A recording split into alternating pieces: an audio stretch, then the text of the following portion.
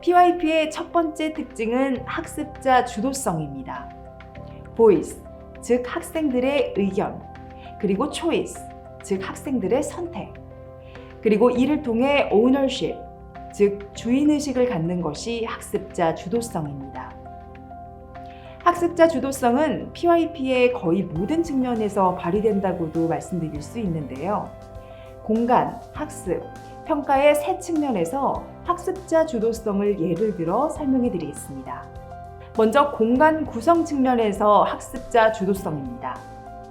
학생들이 탐구하기 좋도록 모둠을 수시로 바꿀 수 있는 구조로 학생들이 직접 교실을 구성한다면 학습자 주도성이 잘 발휘될 것입니다. 또한 학생들이 필요한 물품을 스스로 배치하고 정리하여 탐구에 필요한 재료들을 언제든 활용할 수 있다면 이 역시 학습자 주도성이 발휘되는 모습입니다. 이렇게 되면 학생들은 교실에서, 학교에서 무엇이 어디에 있는지 잘 알고 하루나 일주일의 리듬에 따라 자율적이고 독립적으로 생활하게 됩니다. 다시 말해 학생들이 학교 공간의 주인으로 살아가는 것이며 이것이 공간 구성의 측면에서 발휘되는 학습자 주도성입니다. 둘째, 학습 내용과 방법의 측면에서 발휘되는 학습자 주도성입니다.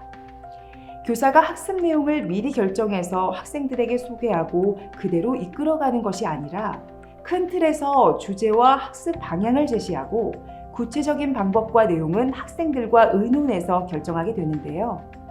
마치 뼈대는 교사가 제시하고 살은 같이 붙여나가는 식입니다. 4차 시에서 탐구 단원을 설계하는 방법을 소개할 때 학습자 주도성이 어떻게 발휘되는지 더 자세히 말씀드리겠습니다. 셋째, 평가에서도 학습자 주도성이 발휘될 수 있습니다. 평가에서 학습자 주도성이 발휘된다는 뜻은 평가의 계획, 실행, 성찰 단계를 교사와 학생이 함께 한다는 뜻입니다. 계획 단계에서는 평가 기준을 같이 설정하고 실행 단계에서는 교사에게 받은 피드백을 활용하여 자신의 향후 학습 방향을 모색할 뿐만 아니라 자기평가나 동료평가를 통해 평가에 적극 개입할 수 있습니다. 성찰 단계에서는 평가 과정과 방식이 학생들이 느끼기에 자신의 성장에 효율적이었는지 의견을 제시할 수 있습니다. 평가에서 발휘되는 학습자 주도성에 대해서는 5차 시 학습에서 더 자세히 말씀드리겠습니다. PYP의 두 번째 특징은 개념 기반 탐구입니다. 왼쪽 원은 탐구 기반 학습, 오른쪽 원은 개념 기반 학습입니다. 왼쪽 원에서 음영 표시된 부분에 Active Questioning, 즉 적극적인 질문이라는 부분이 보입니다. 탐구 기반 학습에서는 학생들의 적극적인 질문이 중요하다는 뜻인데요. 이 탐구 초반에는 어떠한 질문을 갖고 있었으며 이 탐구가 진행되면서 질문의 내용과 방향이 어떻게 바뀌는지를 교사는 잘 파악하고 그 질문을 해결하기 위해 탐구의 내용을 정해야 합니다. 오른쪽 개념 기반 학습에서는 Transferable Understanding, 즉 전이 가능한 이해가 강조되어 있습니다. 전이가 가능하다는 것은 어떠한 개념을 배운다면 그 개념을 배울 당시의 맥락뿐 아니라 그와 다른 맥락, 더 나아가 실생활에서도 그 개념을 적용할 수 있을 정도의 이해란 뜻입니다. 이 수준까지 도달하는 것이 개념 기반 학습의 목표입니다. 두 원의 교집합이 바로 개념 기반 탐구입니다. 학생의 질문과 호기심으로 촉발된 탐구를 통해 전이 가능한 이해 수준, 다시 말해 완벽히 응용할 수 있는 수준으로 개념을 이해하게 될 때 이상적인 개념 기반 탐구 학습이 일어났다고 할 수 있습니다. 그리고 바로 이것이 PYP가 추구하는 이상적인 학습의 모습입니다.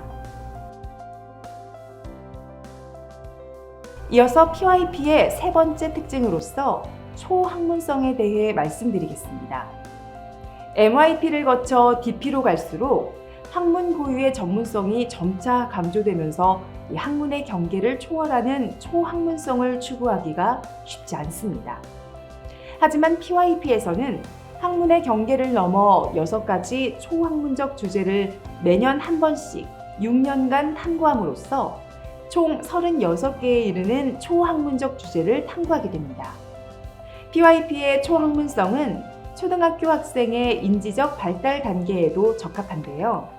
이 학생들이 매일 경험하는 구체적인 생활 세계를 통합적으로 이해하는 데에 더 적합하기 때문입니다.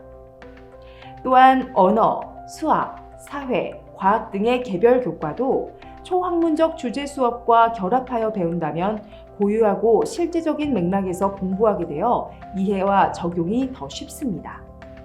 그럼 6가지 초학문적 주제에 대해서 하나씩 살펴보겠습니다.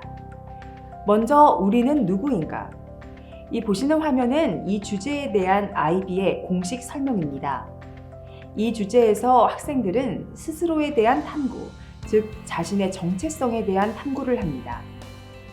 가족 구성원으로서의 나, 학급 구성원으로서의 나, 학교 구성원으로서의 나, 동네 주민의 한 사람으로서, 우리 사회의 시민으로서, 우리 국가의 국민으로서, 마지막으로 세계 시민의 일원으로서 나에 대해 탐구합니다. 개인으로서의 나에 대해서만 초점을 맞추는 것이 아니라 나와 영향을 주고받는 우리에 대해서도 탐구하는 주제입니다. 두 번째로 우리가 속한 공간과 시간이라는 주제 탐구 수업에서는 인류가 어디서 어떻게 살아왔는지 탐구합니다. 역시 화면에 IB의 공식 설명이 제시되어 있습니다. 이 주제에서는 공간이라는 가로축으로 지역을 무한히 넓혀갈 수도 있고 또 시간이라는 세로축으로 과거와 현재, 미래를 넘나드는 탐구도 가능합니다. 시공간을 동시에 고려하는 것도 가능한데요. 예컨대 유럽인들이 대규모로 아메리카 대륙으로 이주하면서 유럽과 미국에는 어떤 변화가 있었는지, 그리고 그 변화가 다음 세대에 어떤 영향을 주었는지 탐구할 수 있습니다. 이처럼 시간과 공간의 관점에서 인간의 삶과 역사를 이해하려는 탐구 주제가 바로 우리가 속한 공간과 시간입니다. 세 번째, 우리 자신을 표현하는 방법입니다.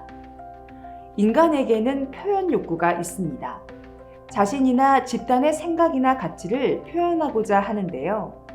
때로 창의적인 방식으로, 때로는 아름답게 표현하고자 노력합니다. 이러한 표현 방식을 탐구한다면 개인이나 집단이 오랜 시간 축적해온 문화적인 양식을 탐구하는 데까지 나아가게 됩니다. 이처럼 표현을 매개로 인간과 사회를 이해하려는 주제가 바로 우리 자신을 표현하는 방법입니다.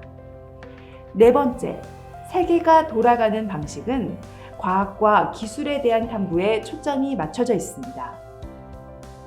교과 중에서는 과학과 실과 교과에 있는 내용이 이 주제와 밀접한 관련이 있는데요. 자연계의 법칙과 원리, 그리고 그 활용에 대한 내용이 포함되기 때문입니다.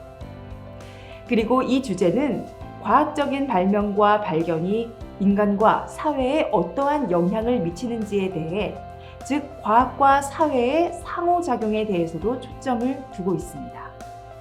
다섯 번째로 우리 자신을 조직하는 방식입니다. 이 주제에서는 인간이 만든 조직 혹은 제도에 대해 탐구하는데요. 예를 들어 우리가 학교라는 조직을, 정부라는 조직을 만들어 생활하는 이유가 있습니다. 그리고 규칙이나 법률과 같은 강제성 있는 제도를 만드는 이유도 있습니다. 이런 사회적인 약속이 만들어진 이유와 원리, 그리고 그 배경에 대해 탐구하다 보면 인간과 사회에 대해 더 깊이 이해할 수 있게 됩니다. 마지막으로 우리 모두의 지구입니다.